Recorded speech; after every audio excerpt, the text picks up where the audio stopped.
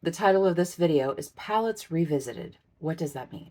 Sometimes I like to dig back in my YouTube archives and see what palettes I used and see if I can improve upon them. See how far my makeup abilities have come. In June, it will be 3 years since I used the Morphe 9V Vintage Rose palette. This palette is still being sold today, although it is in different packaging. It is in pink packaging, I believe. When you see it on the Ulta site, it is in pink packaging. Recently, I did discover that this color story is very reminiscent of the Natasha Denona Mini Rose palette. 9 pans as opposed to 5 pans, and this is more affordable. I 100% recommend it. So I'm going to do this look with this palette. If that sounds like fun to you, then stick around. Welcome or welcome back. I'm really happy that you're here. Before I start my eye look, I'm going to give you a little bit of information about this palette. So obviously it is a 9-pan palette. One thing I really love about this palette is that it is very travel friendly.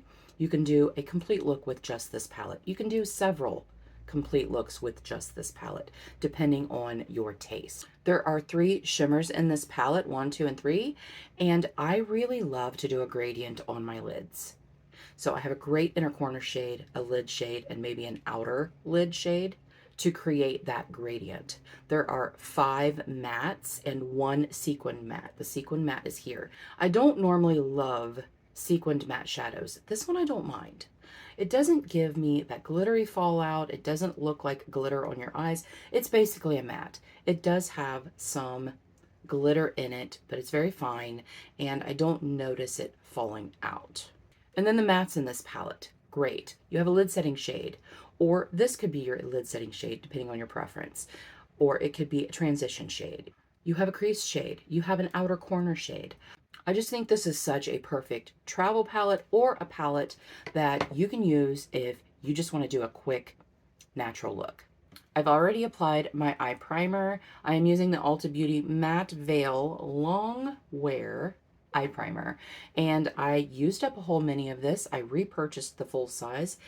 It's probably my favorite. I used to really love the Urban Decay Primer Potion, and I still really like it, but I like this better.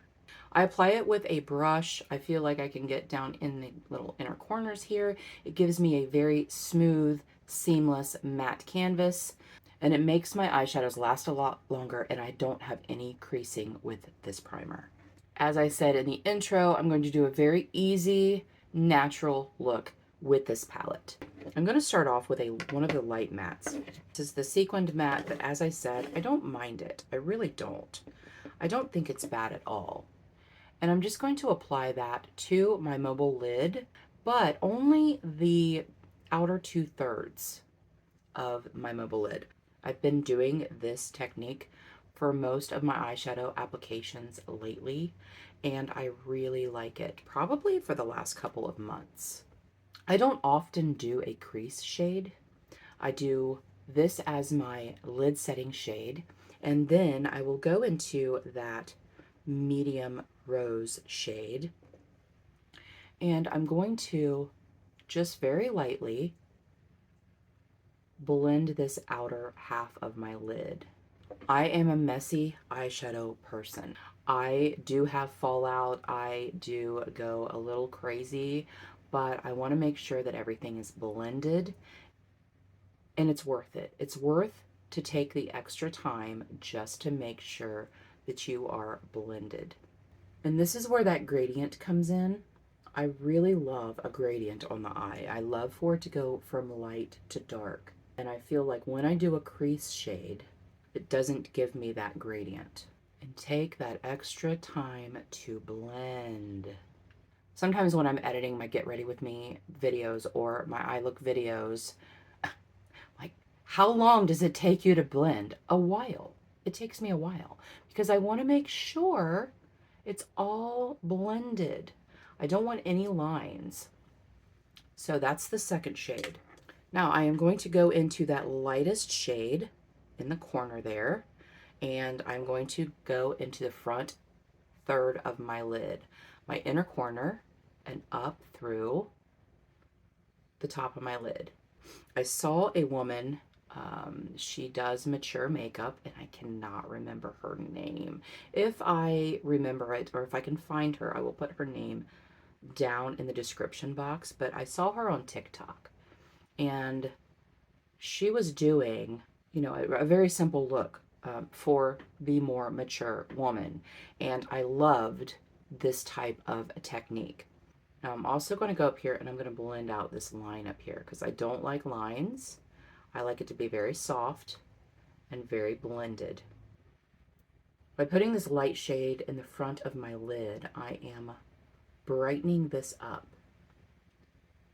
And I feel like my eyes look a lot more awake. Okay, and then finally I'm taking a small, very small brush. This is an Angie Hot and Flashy, BK Beauty Angie Hot and Flashy A504. You do not need to go buy these brushes, even though I do love them. I love them very much. I'm going to go into that deepest brown shade. I am going to dab a little bit off on my Dollar Tree ceramic soap dish. And I'm just going to go in on the very corner and deepen that up. I don't go crazy. I just want a little bit of depth in the outer corner to give me more of a gradient.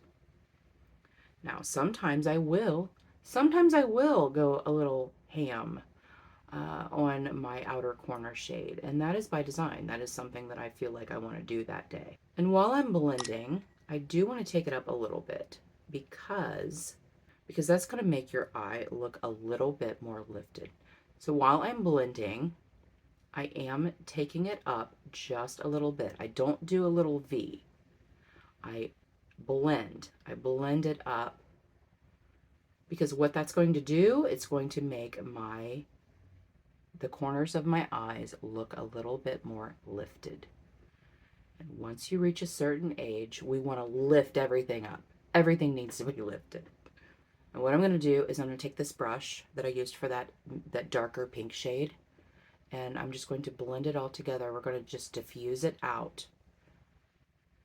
And then after you do that, if you want to go through and touch up anything, like I always want to go up through and diffuse that out a little bit more.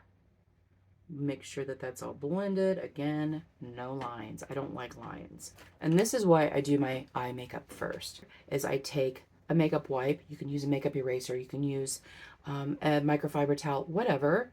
And I go through and clean this up. And I just go from my outer corner up. Because as I said, I'm very messy. I'm very messy when I do my eyeshadow. And there's nothing wrong with that. There's nothing wrong with that at all. So I think I'm going to go back into that pink shade just really quickly and put some of that on the center of my lid because I think I lost some of it. Now, if you want to stop there, you can stop there. If you don't like shimmers on your lids, then don't put shimmers on your lids. I really love how it goes from light to dark, very gradient. The inner portion of our eyes are bright. It brightens us up. So I love the look that it gives when you do that. But if you are a shimmer person like myself, I'm going to go in with some NYX glitter primer. Do you need a glitter primer? No, you really don't. But it does make it last longer, and it does give it a little bit of vibrancy. So I'm going to take this lightest pink right here. It's a very, very pretty shade. On my finger. And just hit the lid with that. I've not always been a huge fan of putting shimmer on with my finger. I like to use a brush. I feel like it's more precise, but lately it's just been finger, boom, swipe it on, and I really, really like that. Now, you can also take this a little bit darker pink shimmer and just put it on the outer edge to give that gradient. And then I like to take my finger and blend them together. Now, if you like to do an inner corner shimmer, then by all means, do an inner corner shimmer. I'm going to do that lightest shade. And I like to use kind of a floofy brush because I don't want it to be all cakey in there. And just brighten that up a little bit. And that is it. I'm going to go do my face makeup. I'll come back. We'll finish up the eyes. Don't go anywhere. So everything else is done on the face. I used to always use a black liner. No matter what, it was a black liner. I used it in my tight line and above my lashes. And then I just started tight lining with it. And I'm like, wow, that really adds a little bit of drama without looking too overdone, if that makes sense. But now, instead of using a black all the time, I use different colors in my waterline.